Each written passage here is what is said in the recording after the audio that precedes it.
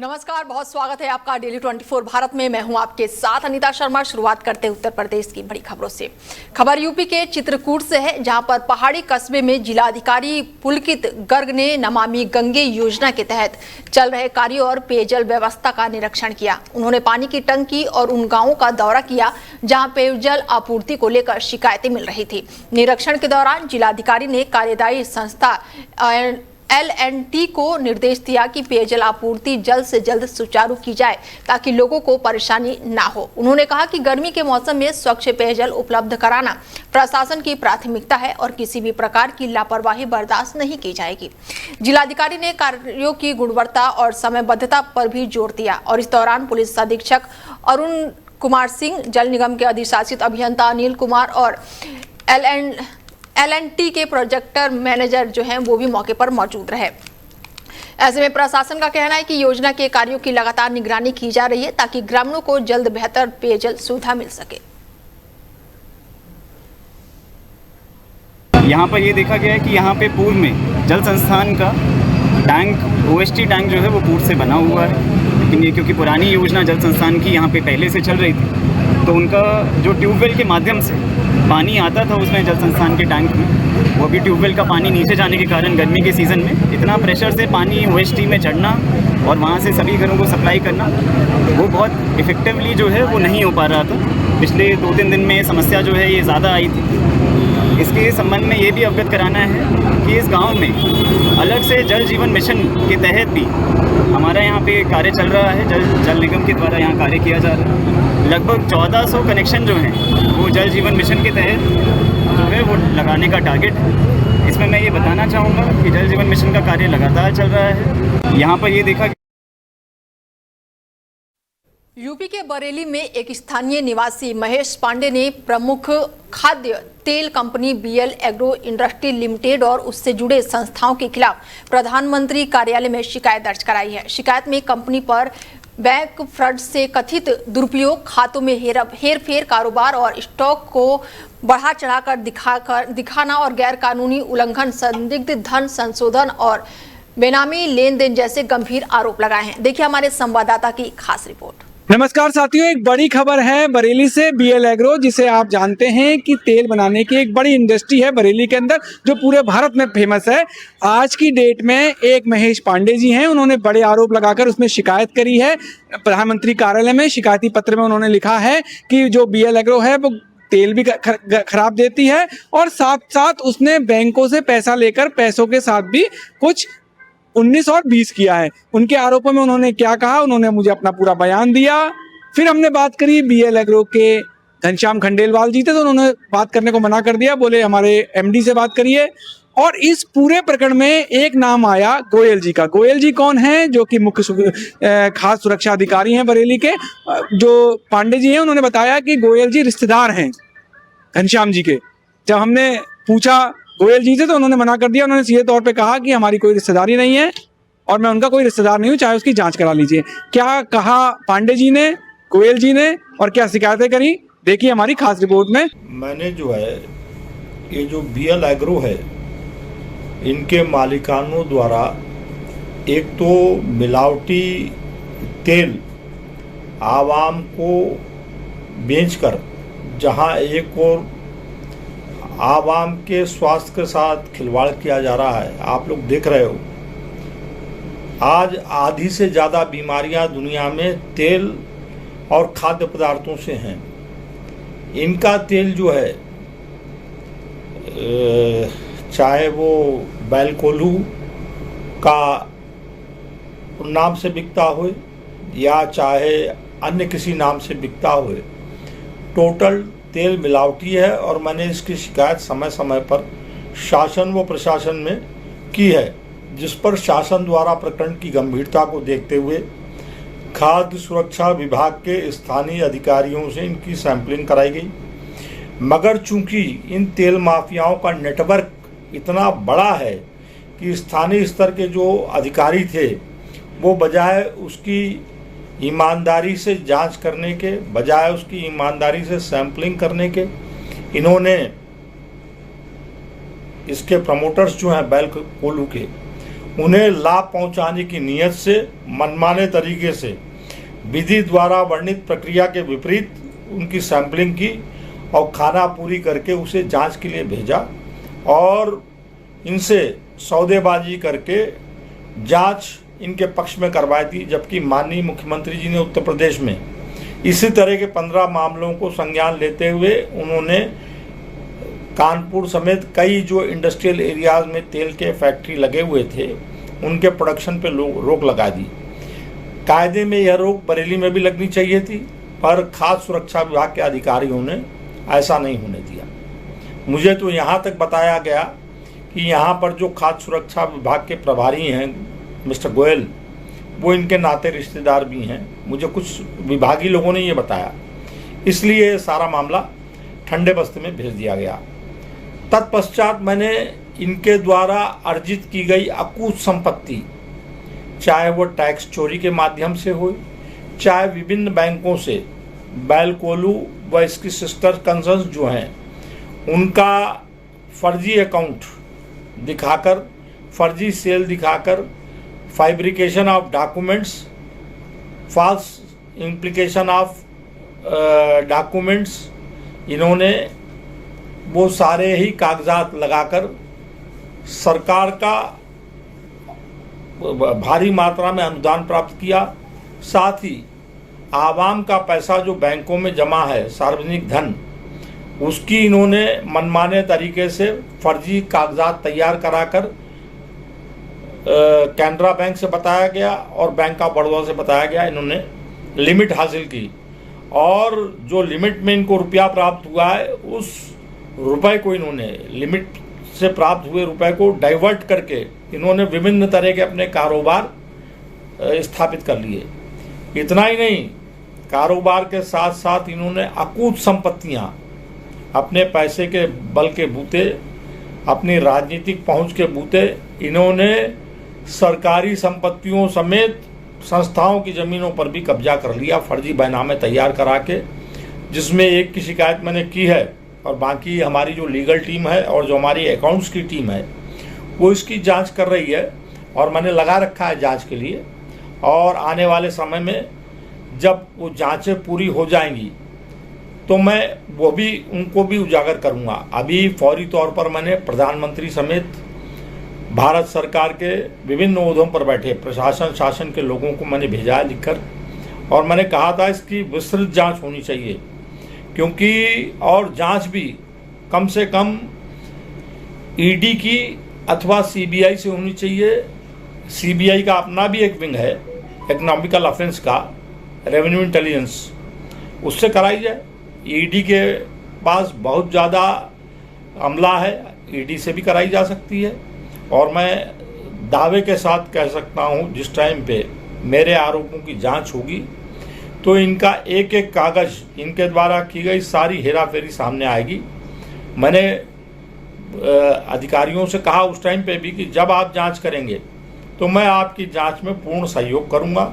जब आप कहेंगे अभिलेखी साक्ष्य, मैं अभिलेखी साक्ष्य भी मुहैया कराने की कोशिश करूंगा। मेरी अपनी लीगल टीम यहाँ पर भी, दिल्ली में भी, हर जगह लगी हुई है। उस लीगल टीम के माध्यम से मैं एकत्र कर रहा हूँ, जो जो कागज़, जो जो जानकारियाँ एकत्र हो जाएंगी उन सबको दूंगा। मगर करना मुख्यतः भारत सरकार और उत्तर प्रदेश सरकार के अधिकारियों को है। माननीय मुख्यमंत्री जी समेत हमारे देश के यशस्वी प्रधानमंत्री जी भी चाहते हैं कि जनता के साथ, जनता के स्वास्थ्य के साथ कोई खिलवाड़ ना हो। बावजूद इसके अधिकारी कागजी हेराफेरी करके, कागजी खाना पूरी करके सरकार की मंशा के विपरीत कार्य कर रहे हैं, जो कि आने वाले समय में अगर जांच होती है जैसा मैंने लिखा है तो सभी के सामने आ जाएगा कि अधिकारियों से अपेक्षा क्या है और अधिकारी क्या कर रहे हैं। समय बिल्कुल हर चीज़ को उजागर कर देगा। ललितपुर में एक युवक द्वारा खुद पर जानलेवा हमला किए जाने का मामला सामने आया है। घटना से इलाके में हड़कंप मच गया है और परिजनों के साथ स्थानीय लोग भी मौके पर पहुंच गए हैं। बताया जा रहा है कि कोतवाली क्षेत्र के नेहरू नगर स्थित बासी धाम कॉलोनी क्षेत्र में 26 साल के राजू ने ब्लेड से अपने गर्दन और दोनों हाथों पर वार करके खुद को गंभीर रूप से घायल कर लिया। युवक को लहूलुहान हालत में देखकर आसपास के लोगों ने तत्काल उसे उपचार के लिए मेडिकल कॉलेज पहुंचाया, जहां पर इमरजेंसी वार्ड में उसका इलाज चल रहा है। डॉक्टरों ने युवक के शरीर पर कई गंभीर कट के निशान भी देखे हैं और उसकी हालत पर लगातार निगरानी रखी जा रही है। घायल युवक का कहना है कि बचपन में उसे और उसकी मां को परिवार से अलग कर दिया गया था। उसका आरोप है कि संपत्ति में हिस्सेदारी को लेकर लंबे समय से विवाद चल रहा है और इसी तनाव के चलते उसने ये बड़ा कदम उठा लिया। घटना की सूचना मिलने के बाद से पुलिस मौके पर पहुंची और मामले की जानकारी जुटानी शुरू कर दी। कन्नौज पुलिस को बड़ी सफलता मिली है। जनपद की सर्विलांस टीम ने खोए और गुम हुए 121 मोबाइल फोन बरामद किए हैं और उनके वास्तविक मालिकों को सौंप दिया गया है। बरामद किए गए मोबाइल फोनों की कुल कीमत लगभग 25 लाख रुपए बताई जा रही है। मोबाइल वापस मिलने के बाद से लोगों के चेहरों पर खुशी साफ दिखाई दे रही है और उन्होंने कन्नौज पुलिस का आभार भी व्यक्त किया। पुलिस अधीक्षक विनोद कुमार के निर्देश में सर्विलांस टीम लगातार गुम हुए मोबाइल फोनों की तलाश में जुटी हुई है।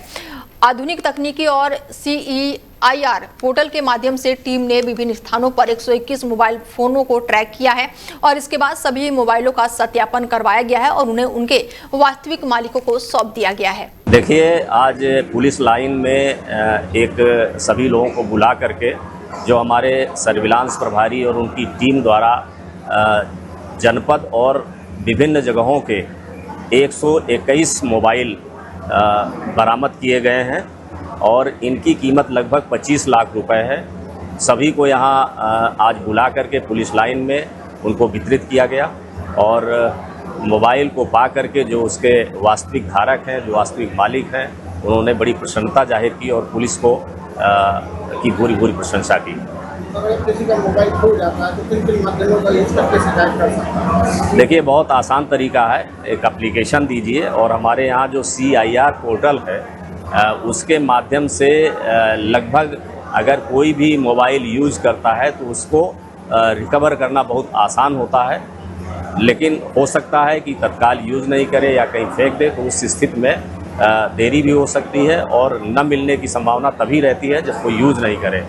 अन्यथा हर हालत में मोबाइल रिकवर करके और उसको संबंधित को दिया जाता है।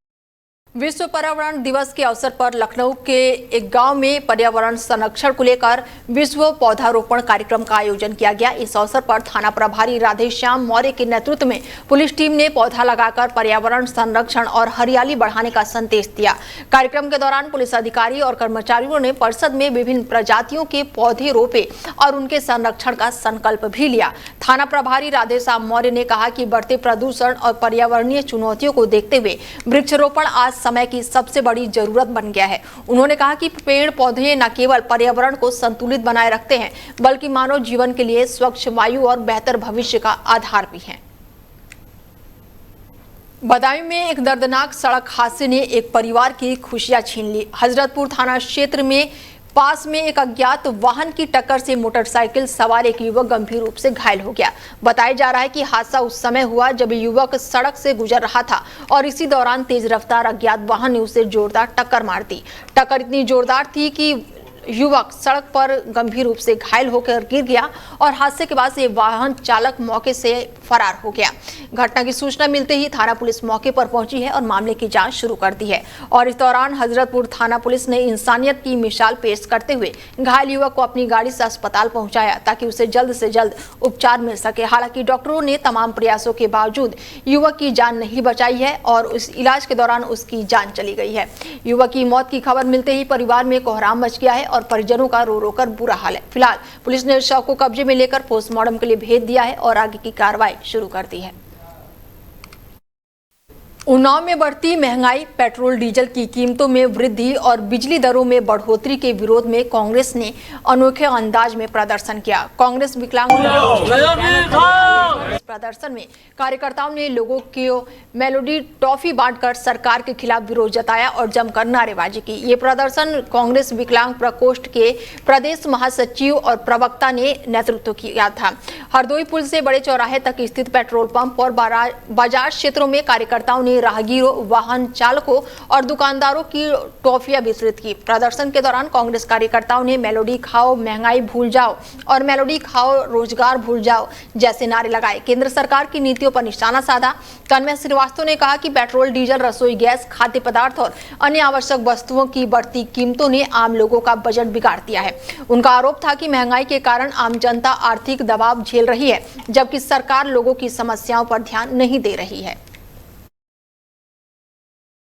लगातार उत्तर प्रदेश में नहीं तो देश में जिस तरह से महंगाई को बर्बरता से बढ़ाती जा रही है, देश की आवाम इस समय परिणाम है। उत्तर प्रदेश में जिस तरह से पेट्रोल के दाम लगातार बढ़ते जा रहे हैं, इससे आम जनमानस ही नहीं बल्कि पूरा, चाहे वो व्यवसाय हो, चाहे वो हमारा औद्योगिकरण हो, सभी को ग्रस्त है। महंगाई दिन पर दिन बढ़ती जा रही है। इसको रोकने के लिए आज हम लोग मोदी जी को जगाने का काम किया है, क्योंकि गंगू लगाकर और निरोगी खिलाकर, तो निरोगी खाओ, पेट्रोल के दाम भूल जाओ, निरोगी खाओ, पेपर लीक भूल जाओ, निरोगी खाओ, कुछ का तो कुछ भूल जाओ। सिर्फ और सिर्फ महंगाई चरम पे है। महंगाई का जो मुद्दा है उसको कहीं ना कहीं दबाने का काम किया जा रहा है। आए दिन कोई ना कोई हादसे कराए जा रहे हैं, कहीं पुल गिर रहा है, कहीं खड्डे गिर रहे हैं। इन सब बातों को लेकर महंगाई को पूरी तरह से विफल किया जा रहा है। आज हम लोग शुक्लागंज से, उन्नाव से, कानपुर से, कई जगह से हमारे दिव्यांग साथी और कांग्रेस के सभी तरह कार्यों द्वारा सड़कों पर उतरकर नयोगी लोगों को बांटी गई है और संदेश देने का प्रयास किया गया है कि मोदी जी अभी भी देश को देखने का काम कर रहे हैं, देश को गर्व निकालने का काम कर रहे हैं, देश को सोना देता है, सब कुछ देखने का काम कर रहे हैं। ऐसे में हम लोग बर्दाश्त नहीं करेंगे। कांग्रेस मिशन जनता को ऐसे ही आगे भी सड़कों पर कर। राजधानी लखनऊ के काकोरी क्षेत्र में चोरी की घटनाएं थमने का नाम नहीं ले रही है। ताजा मामला घुरघरी तालाब चौकी क्षेत्र का बताया जा रहा है, जहां पर अज्ञात चोरों ने एक घर को निशाना बनाते हुए लाखों रुपए के जेवरात, नकदी और अन्य कीमती सामान पर हाथ साफ कर लिया है। पीड़ित के अनुसार घटना के समय वो उसकी पत्नी घर पर मौजूद थी, जबकि बच्चे एक शादी समारोह में गए हुए थे। आरोप है कि चोर पड़ोस में मकान के रास्ते घर में दाखिल हुआ और बड़ी सफाई से वारदात को अंजाम दिया। पीड़ित परिवार का कहना है कि चोरों ने पहले घर की रेकी की और फिर चाबी का गुच्छा ढूंढकर पूरे घर को खंगाल डाला। चोरी की जानकारी होने पर परिवार के होश उड़ गए। घर में नगद 5,000 रुपए, सोने के जेवरात जिसमें हरफूल, अंगूठी और कई तरह की चीजें वो शामिल थी। चांदी की 4 जोड़ी पायल, 3 मोबाइल फोन समेत लाखों रुपए के सामान चोरी होने का दावा किया जा रहा है। फिलहाल पुलिस अब पूरे मामले की जांच में जुटी है। यूपी के मुख्यमंत्री योगी आदित्यनाथ का जन्मदिन बड़े ही धूमधाम के साथ मनाया गया और इस अवसर पर आयोजित कार्यक्रम में बड़ी संख्या में स्थानीय लोग, जनप्रतिनिधि और सामाजिक कार्यकर्ता शामिल हुए। कार्यक्रम का आयोजन मुख्य संयोजक शीलू ठाकुर के नेतृत्व में किया गया, जहां पर मुख्यमंत्री के दीर्घायु और स्वास्थ्य जीवन की कामना करते हुए केक काटा गया। आयोजन स्थल को आकर्षक ढंग से सजाया गया और पूरे कार्यक्रम के दौरान उत्साह जैसा माहौल देखने को मिला। कार्यक्रम में सियासत के राजा अमरीश पाल सिंह मुख्य अतिथि के रूप में शामिल हुए। आयोजित समिति ने उनका फूल मालाओं और स्मृति चिन्ह देकर उनका स्वागत किया। 2017 के बाद में हिंदू हृदय सम्राट माननीय मुख्यमंत्री श्री योगी आदित्यनाथ जी के जन्मदिवस के शुभ अवसर पर ओजस्वी वक्ता हैं और प्रदेश की बाल बूट संभाल रहे हैं। इतना कुशल और नेतृत्व शासन उनका है जो बहुत ही अच्छा है। उनके जन्म दिवस पर हर वर्ष इस गांव में, अर्जुनपुर में, हर वर्ष 5 जून को जन्म दिवस मनाया जाता है और उनके जन्म दिवस की खुशी में भंडारा भी होता है और यहाँ रामलीला का, कथा का, जागरण का, भागवत का प्रोग्राम होता रहता है हर साल। आज मेरे छोटे भाई शीलू ठाकुर ने एक बहुत सुंदर आयोजन किया है अर्जुनपुर गांव में, जो आपको गवाना में पड़ता है, गवाना तहसील में। और आज हमारे माननीय मुख्यमंत्री, यशस्वी मुख्यमंत्री योगी आदित्यनाथ महाराज जी का जन्मदिन है। उसको हम सब मनाने आए हैं, इतने हर्षोल्लास से मनाने आए हैं। आप देख ही रहे हैं चारों तरफ इतनी भीड़ है यहाँ, और हम उनको बहुत बहुत शुभकामनाएं देने आए हैं। और साथ ही साथ इतने लोग यहाँ मौजूद हैं, मैं इन सबको तहे दिल से धन्यवाद देता हूँ कि इतने लोग इकट्ठे हुए हैं आज। 2000 लखनऊ के चौधरी चरण सिंह अंतर्राष्ट्रीय एयरपोर्ट पर कस्टम विभाग ने बड़ी कार्रवाई करते हुए करोड़ों रुपए मूल्य का प्रतिबंधित मादक पदार्थ बरामद किया है। एयर कस्टम की एयर इंटेलिजेंस यूनिट ने विशेष सूचना और तकनीकी विश्लेषण के आधार पर बैंकॉक से मस्कट होते हुए लखनऊ पहुंचे एक भारतीय यात्री को हिरासत में लिया है।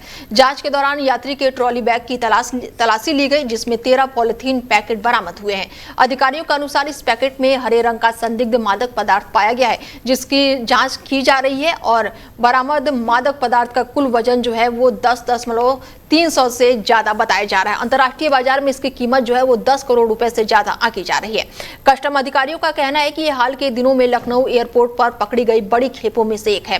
पूछताछ के दौरान आरोपी यात्री संतोषजनक जवाब नहीं दे पाए, जिसके बाद से गिरफ्तारी कर ली गई है और कस्टम विभाग ने आरोपी के खिलाफ NDPS एक्ट के तहत मामला दर्ज कर लिया है। पीलीभीत में आबकारी विभाग के एक अधिकारी पर सेल्समैन के साथ मारपीट और अभद्रता का आरोप लगाने का मामला सामने आया है, जिसके बाद से मामला चर्चाओं का विषय बना हुआ है। घटना का वीडियो सोशल मीडिया पर तेजी से वायरल हो रहा है, जिसके बाद से पूरे मामले को लेकर तरह तरह की चर्चाएं शुरू हो गई है। मामला जो है बिलसार थाना क्षेत्र का बताया जा रहा है। जानकारी के अनुसार आबकारी इंस्पेक्टर प्रदीप कुमार क्षेत्र में दुकानों के चिन्हीकरण और निरीक्षण के लिए पहुंचे थे और इसी दौरान वहां पर मौजूदा एक सेल्समैन के साथ किसी बात को लेकर विवाद हो गया। आरोप है कि विवाद के दौरान आबकारी इंस्पेक्टर ने पहले सेल्समैन के साथ गाली गलौज की और फिर उसे थप्पड़ मार दिया। घटना के बाद से मौके पर हंगामा खड़ा हो गया और मौजूदा लोगों ने इसका विरोध किया। वायरल वीडियो के आधार पर फिलहाल पुलिस मामले की जांच में जुटी हुई है। वहीं पीलीभीत क्षेत्र में बड़ी संख्या में गौवंशीय अवशेष मिलने के बाद से हड़कंप मच गया है। मामला जो है माधोटांडा नहर के पास का बताया जा रहा है, जहां पर 20 से 25 गौवंशों के अवशेष मिलने का दावा किया गया है। घटना की जानकारी मिलने के बाद से राष्ट्रीय बजरंग दल और गौ रक्षक दल के पदाधिकारी मौके पर पहुंचे और मामले की जांच शुरू कर दी। संगठन के कार्यकर्ताओं का कहना है कि उन्हें सूचना मिली थी कि कुछ लोग बोरे में भरकर गौवंशीय अवशेष लेकर जा रहे हैं। सूचना पर पहुंची टीम ने मौके पर जांच की तो बड़ी मात्रा में हड्डियां और अन्य अवशेष मिलने का दावा किया गया है। स्थानीय लोगों ने आरोप लगाया कि मृत पशुओं को नहर किनारे फेंका जाता है और बाद में उनके अवशेषों का निस्तारण भी नहीं किया जाता है। वहीं संगठन के पदाधिकारियों ने पूरे मामले की सूचना पुलिस को दी है, जिसके बाद पुलिस मौके पर पहुंची हुई है और कुछ लोगों को से पूछताछ की जा रही है। घटना के बाद से क्षेत्र में हंगामे की स्थिति बनी हुई है और संगठन के कार्यकर्ताओं ने प्रशासनिक अधिकारियों को मौके पर बुलाने की मांग की है। वहीं अमरोहा क्षेत्र में उस समय हड़कंप मच गया जब एक खूंखार तेंदुआ किसान के खेत में लगी कटीली तारबंदी में फंस गया। मामला जो है रामपुरा खादर गांव का है, जहां पर रात के अंधेरे में खेतों के बीच तेंदुए के फंसे होने की सूचना मिली। आसपास के ग्रामों में दहशत फैल गई। बताया जा रहा है कि तेंदुआ किसी तरह खेत की तारबंदी में उलझ गया और काफी प्रयास करने के बावजूद खुद को छुड़ा नहीं सका और इस दौरान वो लगातार दहाड़ता रहा, जिससे आसपास के गाँव के लोग भयभीत हो गए। सूचना मिलने पर ग्रामीणों ने तत्काल वन विभाग को और प्रशासन को मामले से अवगत कराया, जिसके बाद डिप्टी रेंज के नेतृत्व में वन विभाग की टीम मौके पर पहुंची और रेस्क्यू ऑपरेशन शुरू कर दिया। सबसे पहले सुरक्षा के मद्देनजर क्षेत्र में मौजूदा लोगों को दूर किया गया और भीड़ को नियंत्रित किया गया, जिसके बाद जाल, पिंजरा और अन्य आवश्यक उपकरणों की मदद से तेंदुए को सुरक्षित बाहर निकाला गया। भारतीय थल सेना प्रमुख जनरल उपेंद्र त्रिवेदी आज अयोध्या पहुंचे, जहां उन्होंने श्री राम जन्मभूमि मंदिर में प्रभु श्री राम के दर्शन और पूजा अर्चना की है। सेना प्रमुख के आगमन को लेकर मंदिर परिसर और आसपास के क्षेत्रों में सुरक्षा के विशेष इंतजाम किए गए थे। अयोध्या पहुंचने पर मंदिर प्रशासन और विश्व हिंदू परिषद में जुड़े पदाधिकारियों ने उनका स्वागत किया। श्री राम जन्मभूमि मंदिर में दर्शन के लिए जनरल उपेंद्र त्रिवेदी ने विधि विधान से पूजा अर्चना करके देश के सुख, समृद्धि और शांति की कामना की। मंदिर परिसर में उनके आगमन को लेकर श्रद्धालुओं और स्थानीय लोगों में भी उत्साह का माहौल देखने को मिला। मंदिर व्यवस्था से जुड़े विश्व हिंदू परिषद के वरिष्ठ पदाधिकारी गोपाल नागरकट्टे ने सेना प्रमुख का स्वागत किया और इस दौरान उन्हें मंदिर की व्यवस्था, निर्माण कार्य और धार्मिक महत्व के बारे में जानकारी साझा की।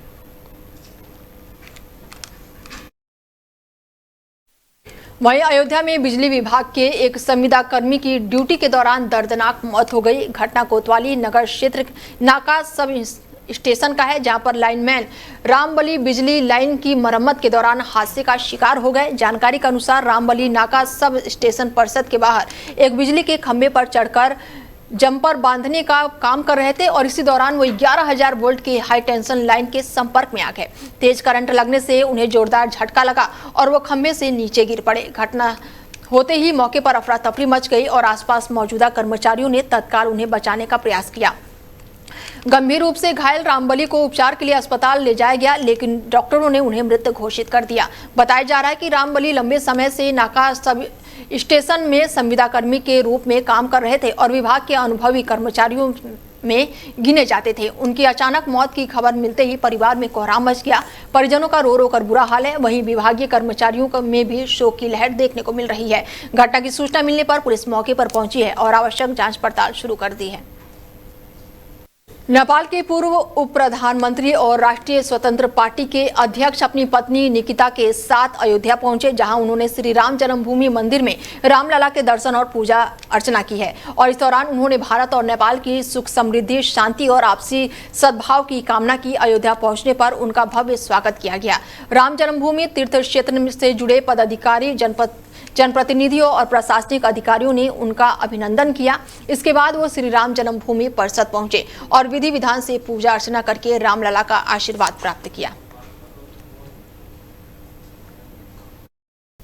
बागपत के बड़ो तहसील परिषद में सर्वजन लोक शक्ति पार्टी के नेतृत्व में कश्यप समाज और अन्य अति पिछड़े जातियों की विभिन्न मांगों को लेकर ज्ञापन सौंपा गया। पार्टी के राष्ट्रीय अध्यक्ष ओमपाल कश्यप के नेतृत्व में समाज के लोगों ने राष्ट्रपति द्रौपदी मुर्मू के नाम संबोधित ज्ञापन सौंपा है और ज्ञापन में कुल 34 विभागीय मांगों को उठाते हुए सामाजिक न्याय, समान अवसर और जनसंख्या के अनुपात में भागीदारी सुनिश्चित करने की मांग की गई।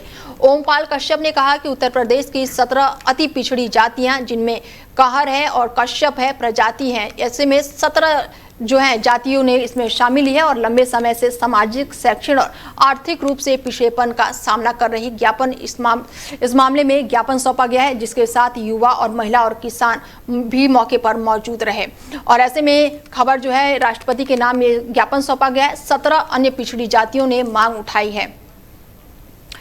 खबरों में आगे बढ़ते हैं और खबर यूपी के पीलीभीत से लेते हैं। पीलीभीत में गन्ना किसानों का गुस्सा उस समय सड़कों पर उतर आया जब लंबे समय से बकाया गन्ना भुगतान पर बंद पड़ी चीनी मिलों के मुद्दे पर हजारों किसानों ने प्रदर्शन शुरू कर दिया। कांग्रेस नेता मुकुंद गंगवार के नेतृत्व में जिले के विभिन्न क्षेत्रों में पहुंचे किसानों ने गन्ना विकास एवं चीनी मिल राज्य मंत्री संजय सिंह गंगवार के आवास का घेराव करके अपनी मांगों को लेकर जोरदार प्रदर्शन किया। प्रदर्शन के दौरान किसानों ने सरकार, जिला प्रशासन और चीनी मिल प्रबंधकों के खिलाफ नारेबाजी करते हुए जल्द समाधान की मांग की। किसानों का आरोप है कि बजाज हिंदुस्तान समूह के चीनी मिल समेत अन्य मिलों द्वारा गन्ना मूल्य का भुगतान समय पर नहीं किया जा रहा है।